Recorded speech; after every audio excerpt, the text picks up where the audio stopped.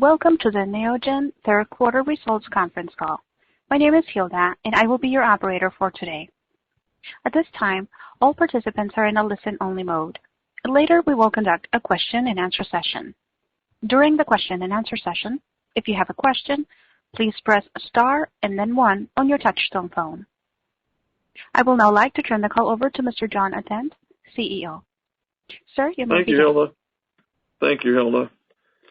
Good morning and welcome to our regular quarterly conference call for investors and analysts. Today we'll be reporting on the third quarter of our 2020 fiscal year, which ended on February 29th. As usual, some of the statements made here today could be termed as forward-looking statements. These statements, of course, are subject to certain risks and uncertainties. The actual results may differ from those that we discuss today. The risks associated with our business are covered in part in the company's Form 10-K as filed with the Securities and Exchange Commission. In addition to those of you who are joining us by live telephone conference, I also welcome those of you joining us via the Internet. Following our prepared comments this morning, we will entertain questions from participants who have joined this live conference. I'm also joined this morning by our Chief Financial Officer, Steve Quinlan, who will provide details on our results for the quarter. Before we get started, I want to start and tell you what I believe is the most important thing you need to know about Neogen Corporation during this difficult time. We were built to respond in times of crisis, and that's what we're doing right now. We've done our best to assist the broader civic efforts to combat COVID-19 by making our sanitizers and disinfectants available outside of our traditional agriculture and veterinary markets. At the same time, our entire worldwide team has continued its outstanding work to help ensure the global food supply is as safe and as plentiful as possible.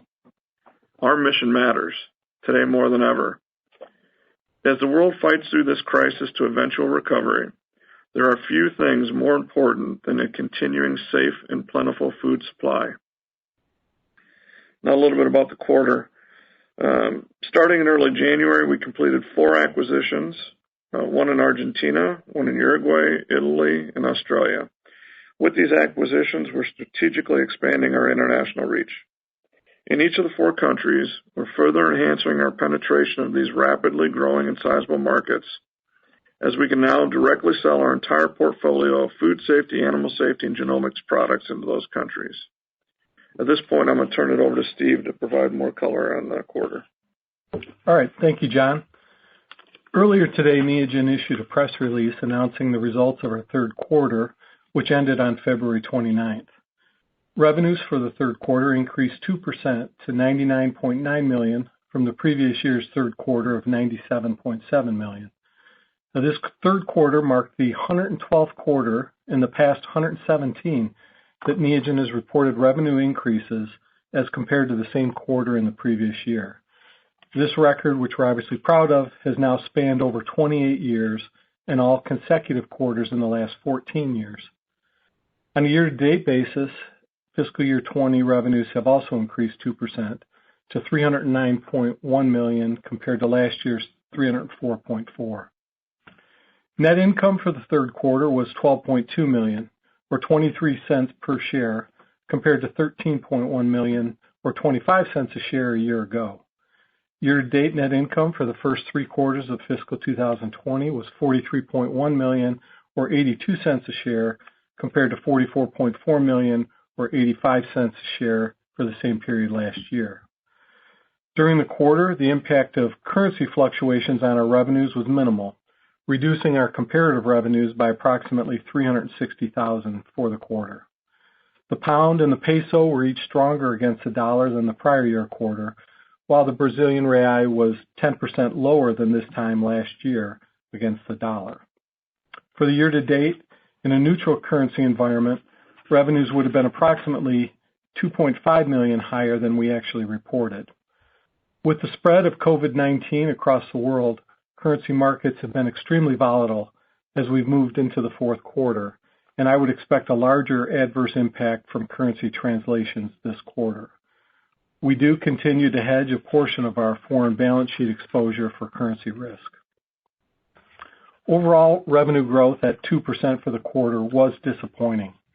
We were forecasting a 5 to 6% growth through the first 2 months of the quarter, and then February was extremely soft, particularly for our diagnostic test kit businesses in North America and Europe. Overall revenues in the food safety segment were 1% below last year's third quarter. Revenue highlights in the food safety segment include strong growth in biosecurity products such as cleaners, disinfectants, rodenticides, and insecticides sold into international markets as customers dealing with African swine fever and COVID-19 have realized the importance of effective biosecurity programs in protecting the food supply. Natural toxins and allergen test kit sales increased 4% in the third quarter, while our AccuPoint product line, designed to help monitor environmental sanitation, rose 5% for the quarter. Offsetting this growth were lower sales of culture media products, down 7%, due to lower end market demand and order timing, and sales of drug residue test kits decreased 47% compared to last year's third quarter, resulting from lower demand at our European distributor. As we discussed on our previous call, we modified our contract with this distributor on January 1st to eliminate their exclusive distribution rights across most of the world, and we're now selling this product line directly to end customers utilizing our own European sales force. We believe it may take some time to regain our market share and begin to grow this business again. Internationally, we had some puts and takes. First, the acquisitions we completed during the quarter to purchase 3 of our distributors and a supplier of key raw materials gave us $1 million in incremental revenues. These acquisitions enhance our position in markets we believe have significant growth potential, and we're excited to bring them into the Neogen fold. Our European business grew 5% overall on the strength of a 24% increase in cleaner and disinfectants and veterinary instruments, offset somewhat by a 9% decline in culture media products due to orders delayed into the fourth quarter and lower demand. Genomic services conducted out of our Scottish operation rose only 2% due to sluggish conditions in the poultry market. Sales in Brazil declined 16% for the quarter, primarily from the forensic test kit business, due to the previously discussed loss of a large commercial lab customer that moved to an alternative technology platform earlier this year. This resulted in an $860,000 revenue shortfall this quarter. Genomic services in Brazil declined $450,000 for the quarter due to a large sale in the prior year which did not recur. Partially offsetting these declines was the final shipment of a non-recurring sale of insecticides to a government agency for about $420,000 this quarter. Sales at Neogen Latino America increased 15% during the quarter, as an 11% increase in diagnostic test kits was enhanced by a large sale of rodenticides in Mexico. China had a revenue increase of 38% for the quarter, led by robust sales increases of cleaner and disinfectants to help in fighting conditions that have led to outbreaks of African swine fever and COVID-19. Our international revenues were 40% of our overall sales for both the quarter and year to date, essentially the same as the prior year periods. Revenues for the animal safety segment for the third quarter increased 6% and were led by a 14% increase in genomic services. This was primarily the result of continued penetration into the domestic companion animal service space, increased volumes in the domestic porcine market, and growth in the sheep testing market in Australia, even with the devastating wildfires that affected that country throughout the quarter. Other highlights during the quarter were a 25% increase in rodenticides on the strength of successful retail marketing programs, water treatment disinfectant sales up 31% on share gains in the swine markets, and insecticide sales rose 5%. Partially offsetting these gains were lower sales in our animal care, certain cleaner and disinfectants, and veterinary instrument product lines due to high inventory levels at our largest U.S. distributors, the result of continued weakness in end-user sales. Gross margins were 45.4% for the quarter compared to 45.7% in last year's third quarter. The change in gross margin is due primarily to a change in product mix resulting from a higher proportion of sales from the animal safety segment, which have lower gross margins than products sold through the food safety segment. Margins within food safety were negatively impacted by mix as well, as strength in international sales of cleaners, disinfectants, and rodenticide, relatively lower margin items within the segment, and lower sales of higher margin products such as forensic kits resulted in a 120 basis point reduction in margin percentage. Margins were enhanced in the animal safety segment from strong sales of higher margin genomic services to the companion animal market, resulting in a 90 basis point improvement in that segment.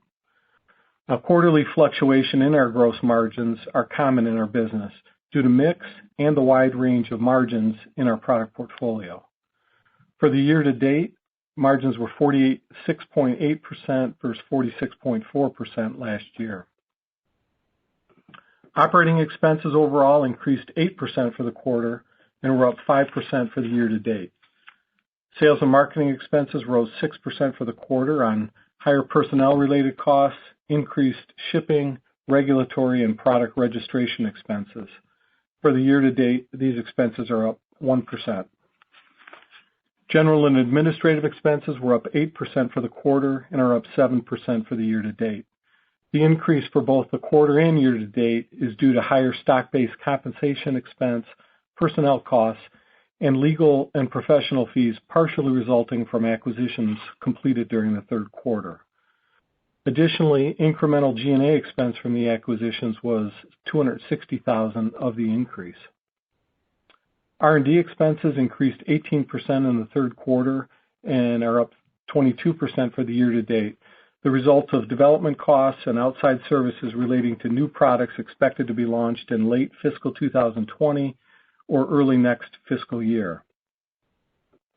Operating income for the quarter was $13 million compared to $14.6 million in last year's third quarter.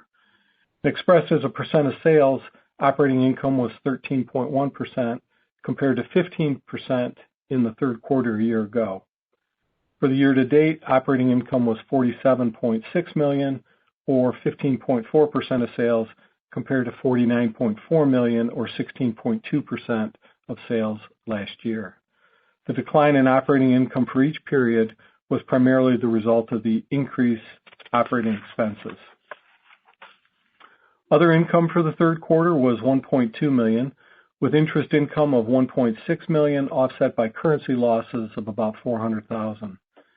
Cash and marketable security balances have increased by $60 million during the year.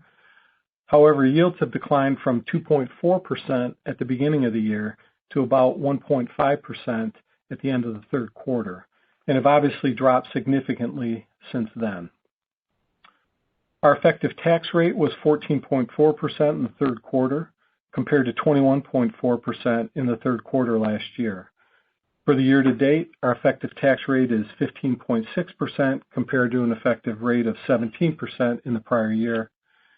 For each period, the primary difference between the 21% statutory rate and the reported effective rate is the benefit resulting from the exercise of stock options.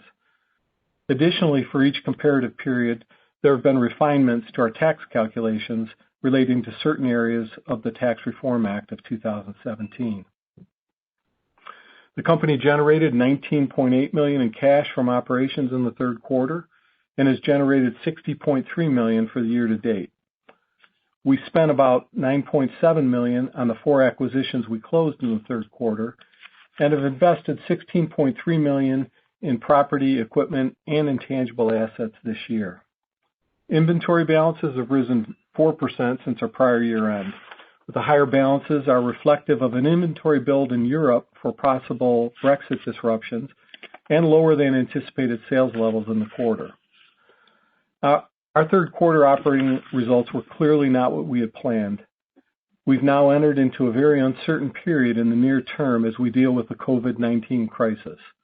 We've taken a number of steps to protect our employees and our business as we manage our way through this. And personally, there is no team I'd rather be working with than our team of nearly 1,800 employees. I remain very bullish about our future. I'll now turn it back to John for some additional comments. Thanks, Steve. While we fell short of our performance expectations in the quarter, Neogen has never been better positioned with the right products, solutions, and team members for our worldwide customers. Neogen is unique in that we keep food, animals, and people safe from behind the farm gate all the way to the dinner plate. We are well positioned globally to assist our food industry partners to produce the best, safest products possible, and to assist our animal care partners in providing world-class animal husbandry and biosecurity practices in their operations. Over the years, we've extended our biosecurity portfolio to include cleaners, disinfectants, sanitizers, personal protection equipment, and more. This biosecurity portfolio has given us the ability to strengthen and extend our relationships with our customers, as we can also provide them with products to stop contamination issues before they appear as positive results in one of our diagnostic tests. We are well positioned financially to weather the continuing and expected threats to the global economy in 2020, with a cash and investment balance of about $328 million, no debt, and strong free cash flow. We feel good about the robustness of our international supply chain and our ability to secure the raw materials we require to produce our products. Where necessary, we have secured alternative suppliers to ensure the continued availability of critical raw materials. To do our best to maintain a normal product supply to our customers, we've executed many initiatives in an effort to keep our global workforce as safe and healthy as possible. For example, we've halted travel, suspended in-person meetings, eliminated inter-building travel, instituted remote work directives, split critical teams by location and shifts, and are identifying new employees by location if and when we need additional manpower later. Last week, the White House issued COVID-19 guidelines that reinforced what we already knew. Neogen's employees work in industries that are essential to the U.S. and the world. As the guideline states, employees at companies such as Neogen have a special responsibility to maintain our normal work schedule. We simply can't wait this one out on the sidelines as a company. Our food safety and biosecurity experts stand ready to help any way we can. USDA Secretary Sonny Perdue recently thanked those on the front lines of the food supply, calling them heroes, and I agree with them. More than ever, we all depend on folks stocking the shelves of our local grocery stores, the truck drivers, food service workers, farmers and ranchers, food safety inspectors, and Neogen employees ensuring the food we eat is safe. I'm sure there'll all be many questions for Steve and I. I'll stop at this point, and we're going to answer any questions you have. Thank you. We will now begin the question and answer session. If you have a question, please press star and then 1 on your touch-tone phone. If you wish to be removed from the question queue, please press the pound sign or the hash key. If you are using a speakerphone, you may need to pick up the handset first before pressing the numbers. Once again, if you have a question, please press star and then 1 on your touch-tone phone. Please stand by while we allow parties to queue up.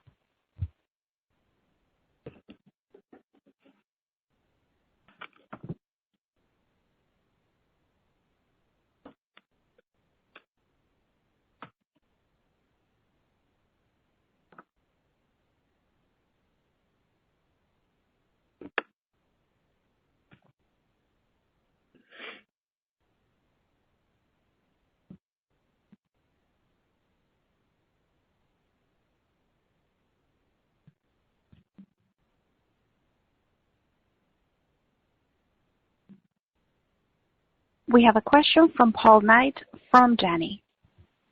Hi, guys. Thanks for the question. Regarding your genomics business, U.S., could you talk about, I think you were adding some capacity and, where you are with the growth rate U.S. For starters, and then secondly, Europe slow growth. What was going on with Europe growth of only 2%? Thanks. Sure. Thanks, Paul. Yeah, the U.S. growth was about 14% for the quarter, and we are nearing the end of that expansion in Lincoln. So we're continuing to push that out, and we need that capacity because this is a growth market we're going to continue to see move. The slowdown in Europe was mainly driven by one customer on the poultry side. And, we keep thinking about how we're going to manage. In a number of the international countries, it wasn't an issue around them wanting to doing testing. It was getting samples because we're having issues with some of the postal delivery services. So okay. we continue to work through those. So we're monitoring that, but right now we feel pretty comfortable. And then, the operating margin obviously dipping down to 13.1%, and you're I guess you're having to invest in alternative distribution channels. When do those comps get easier? How should we think about operating margin over the next calendar year? Yeah, I think, there's three things that I saw. I mean, one that really stood out to me, or three things within, was the R&D spend. And Steve talked about R&D going up, and we had we have two major projects that we've been working on. We brought our new Raptor equipment about a year ago, and very shortly we're going to have two new pieces of equipment for our two significant other platforms for our business. So once those come off, you're going to see quite a bit of a drop-off on spend. The other is something you'll see coming out this week, but we are launching our new e-commerce site. And, we put a significant amount of time and energy into this site. We're really excited about it. Timing could not be better. It's not that we planned it, but timing could not be better with that. And we're really excited about kind of the state-of-the-art e-commerce system we're going to have compared to the system we have today. So those are three big projects that were driving expense that I think you're going to see kind of fall off here going forward. Regarding where we want to be in a normal operating cycle, I think, I feel very comfortable getting, above the 16%, 17, always pushing to Jim's number of 20. In today's environment, we are watching very, very carefully a number of different things. The raw materials coming in from our partner vendors, the health and safety of our employees to make sure we have workers to produce, and demand from our customers. And right now, all three look pretty good. I mean, Steve mentioned that February was soft, and it surprised us how soft it was. March, I think Steve will tell you, surprises us at how strong it is compared to what we were expecting in this type of environment. Okay, thank you. Yep. We have a question from David Westenberg from Guggenheim Securities. Hi, thanks for taking the question, and I had a lot of trouble getting on, so sorry if this already got asked. Can you talk about how much of China was actually maybe African swine fever versus, I think you called it out as mostly COVID-19, but was there also impact from a rebound from ASF? Yeah, no, so I think if you think about the timing of the quarter, the majority of the disinfectant sales that we had in the quarter was for African swine fever. Got it.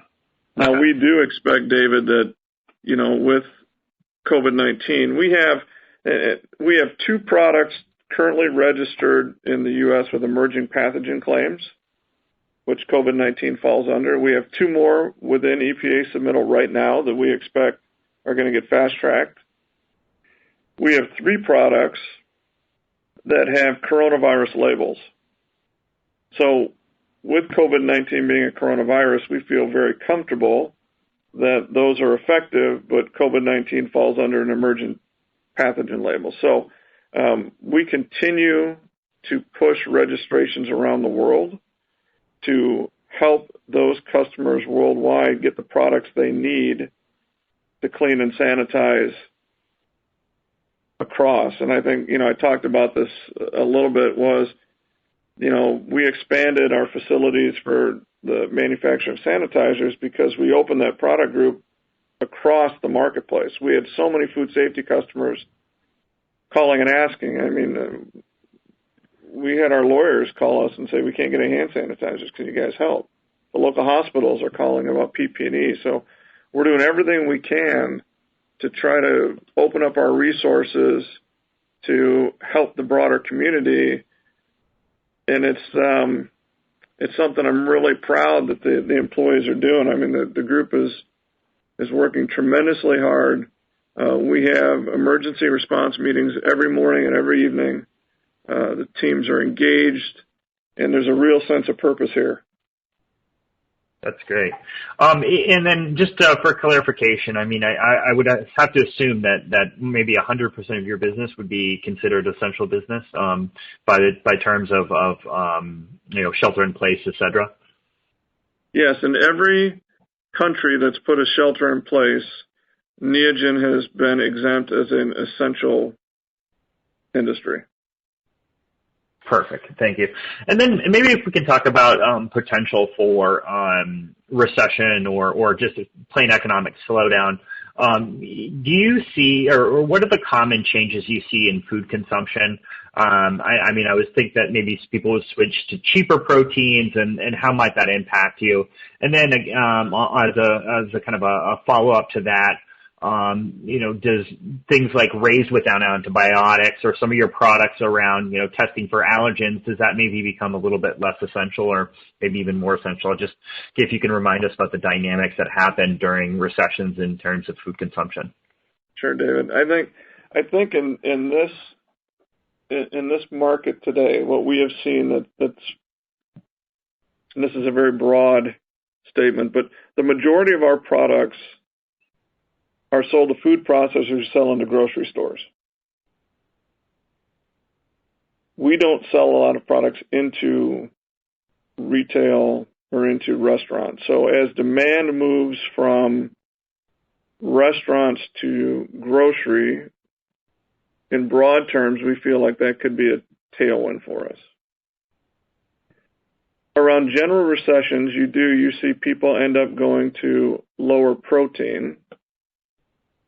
cost protein. So you'll see a down move from beef to pork to chicken. But I'm not sure, I'm not sure what's going to happen with that moving forward. I think this is, what we're seeing right now is some hoarding behavior, and we're seeing some stocking up across all proteins. I'm not sure what's going to happen. I don't know if this is going to be as everybody's talking about, is this going to be a V or a U on the return? So I'm not comfortable kind of thinking through that piece on the protein side.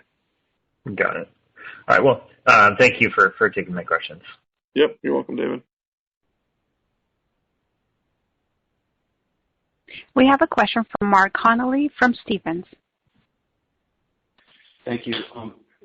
Two questions. First, how should we think about where we are in the secular decline in regular dairy versus the alternative dairy growth? Are we getting to a point where the regular dairy losses are beginning to slow to the point where the alternative can actually provide you enough of an offset, or is it still too early?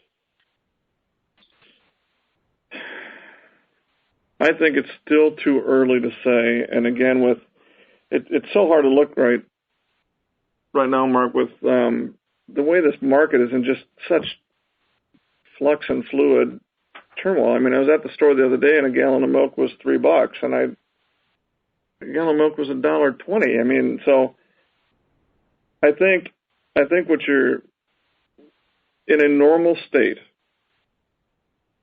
I think with the input prices coming down, I think the dairymen could start to do better, but it's not a normal state, so I'm unclear as to how I'm going to kind of forecast that forward. Does that make sense? Yeah, no, that's fair. Fair. Just we're starting to see some indications that regular dairy declines have slowed, but that doesn't mean you're going to see it yet. And just a second question on the new product front. We're still seeing a lot of venture capital and private equity money moving into new and innovative food companies. That has not slowed down in the last couple of weeks.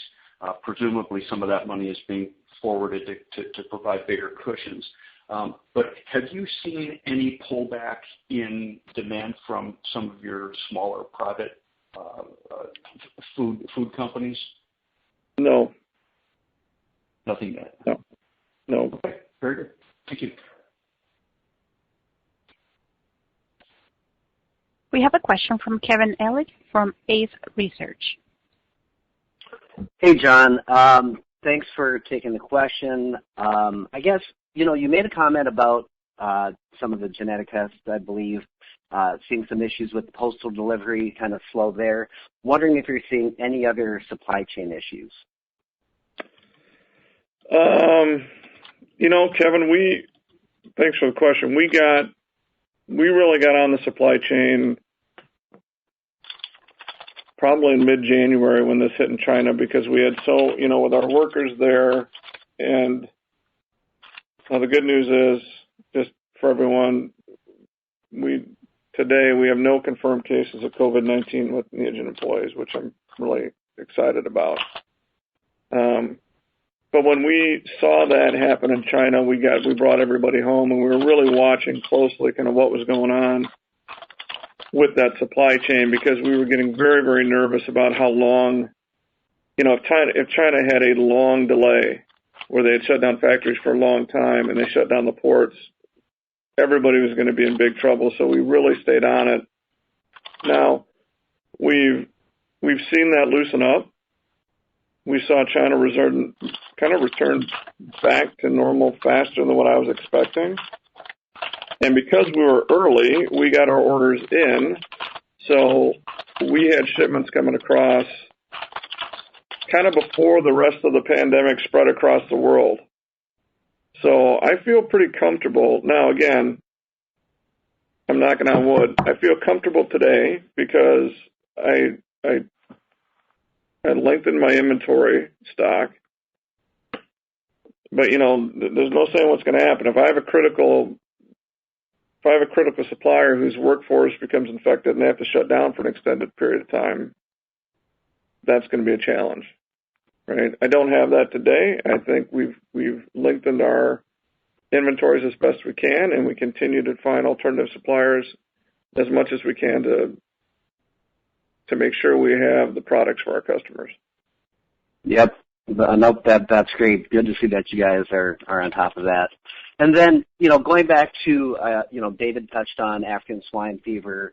We know some of the smaller producers in China last year were starting to repopulate the herd. Just, do you still think this year is going to be, I guess, a lot better than last year? And then also, can you give us kind of your thoughts on any benefits from your genomics business to help replenish the swine herd in China, if we could see some tailwind there? Yeah, I think, again, for the smaller producer, it's not, they're not thinking about that, but there are very many large producers who use genomic testing in China. So yes, we think there's an opportunity to continue to help them find and repopulate, because they want to make sure they will have the right stock when they're resetting up these farms. I'm not sure I know where that turn's going to be. African swine fever is still around. It's just been overshadowed by COVID-19. So it's still there, and it's still a threat, and which is why we continue to get label claims. Unfortunately, there was one laboratory in the world doing doing testing for African swine fever, and it was in Italy. So that slowed that down for just about everybody. But we're continuing to push that. We're working a lot with different governments, because now the governments are being a little bit more reasonable around some of the requirements, where before it would take us 2 years to get a license. We're hoping that we can see significant reductions in those times, because people need our products. We have products that are efficacious. We have products that work, and people need them. And it's a shame if we can't do it, because, it takes 2 years to get a registration. Sure. And then last question for me, John. You guys have clearly been a little bit more active on the M&A front in the last several months. With the changing environment, you guys have a great balance sheet, still generating very good cash flow. Just wondering if kind of the changing landscape here has affected your capital allocation strategy. I don't think it has, Kevin. I mean, we're still actively looking at opportunities every day. And actually, in this environment, we're probably going to be more active because there are some great smaller companies out there that maybe are going to struggle because of cash flow issues. And with our balance sheet, we might be able we could be able to step in and help them. That would allow us to have access to technology or companies where, 4 months ago there was plenty of VC money and nobody wanted, and nobody was interested. But things are changing, so we are being very, very active in our M&A and business development moves right now. I think that makes a lot of sense, and let's hope that it is a V recovery versus a U, or as we talked about this morning, even a W. We don't want that. Yeah. So anyway, thanks for taking the questions. Thanks, Kevin. Appreciate it. As a reminder, if you have any questions, please press star 1. The next question comes from Brian Gaines from Springhouse Capital. Hey, guys. Can you tell us what the organic growth rate was in the quarter? Sure, Brian. I'll let Steve do it. He hasn't had a question today, so thank you, Brian, for including Steve. Yeah, overall, the organic growth, so we had 2.2% growth. Overall, organic was 1.1. Okay, thanks. And then I'm just having trouble. Maybe you can help us. There's obviously so many moving parts right now, and you kind of said February was a little weak. March was better than you thought. I mean, should we be thinking organic growth rate kind of stays in this range, gets a little weaker, gets a little stronger? Is there any way you can kind of, frame things going forward with so many moving pieces? I think, Brian, I think excluding some major shock, like I have an outbreak in a factory and I have to shut it down, or a supplier has an outbreak in a factory and shut it down. I feel comfortable with, the rates we were talking about. But it's so fluid right now. I mean, honestly, February seems like 10 years ago to me. Right. The meetings we're having, the things we're doing to try to forecast, we're running 6 or 7 different business scenarios simultaneously, saying, if this happens, this is what we're going to do. If that happens, this is what we're going to do. If these two things happen. So what I can tell you is the team is on it. We've got a great sense of purpose. Every Neogen employee believes in what we're doing. We know we can help. And, as long as we can get to work and we got products, we're going to make it and get it to our customers. Right. Okay. What would you say, is your biggest concern the supply chain, or is it the demand from your customers? To all of them, Brian. We're looking at supply chain. We're looking at, do I have the employees? Are my employees healthy? Are my customers healthy? It's all of it. We're looking at every single scenario right now. And the thing that we're doing that we have to do is we are over-communicating. We are communicating with our customers on a daily basis. We're talking to our employees on a daily basis. We're talking with the officials in the communities we live in on a daily basis. I was on the North American manufacturing call earlier in the week when we were talking about, what is a critical industry and what isn't. So we're really, really communicating to make sure that people understand what we do is important. And, we are a critical industry. Well, we've also made sure that we've gone down in the supply chain to supply them with letters saying they're critical because, for example, with my hand sanitizers, we're up 270% versus last year. You wouldn't think that the plastics maker would be a critical industry, but he is, because if I don't have the bottle to put it in, I can't sell it. So we have to provide to them a letter saying that they are a critical industry. So if they get pushback that they need to shut down, they have something they can go back to the group and say, look, we need to manufacture for this customer who is classified as a critical industry. So we're doing all that. Makes sense. And the sanitizer you produce, that's going to the hospital channel or going to the retail channel, or where does it end up? Today we're sending it to our customers. And that was a cleaner and disinfectant, the hand sanitizer that we had marketed for veterinary clinics. But now we're growing production, and we're bringing that into food safety because we're seeing large customers here who just can't get cleaning supplies.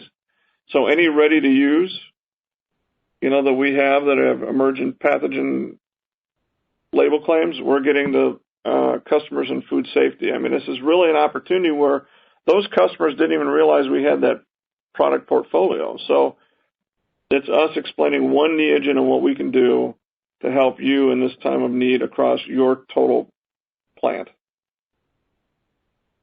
Got it. Thank you.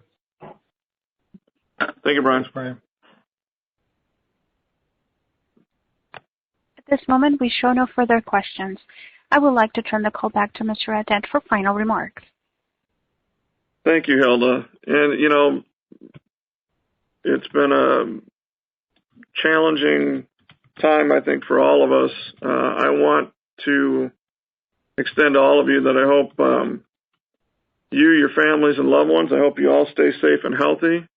And the thing I tell everybody in every meeting I close and every email I send is, please wash your hands.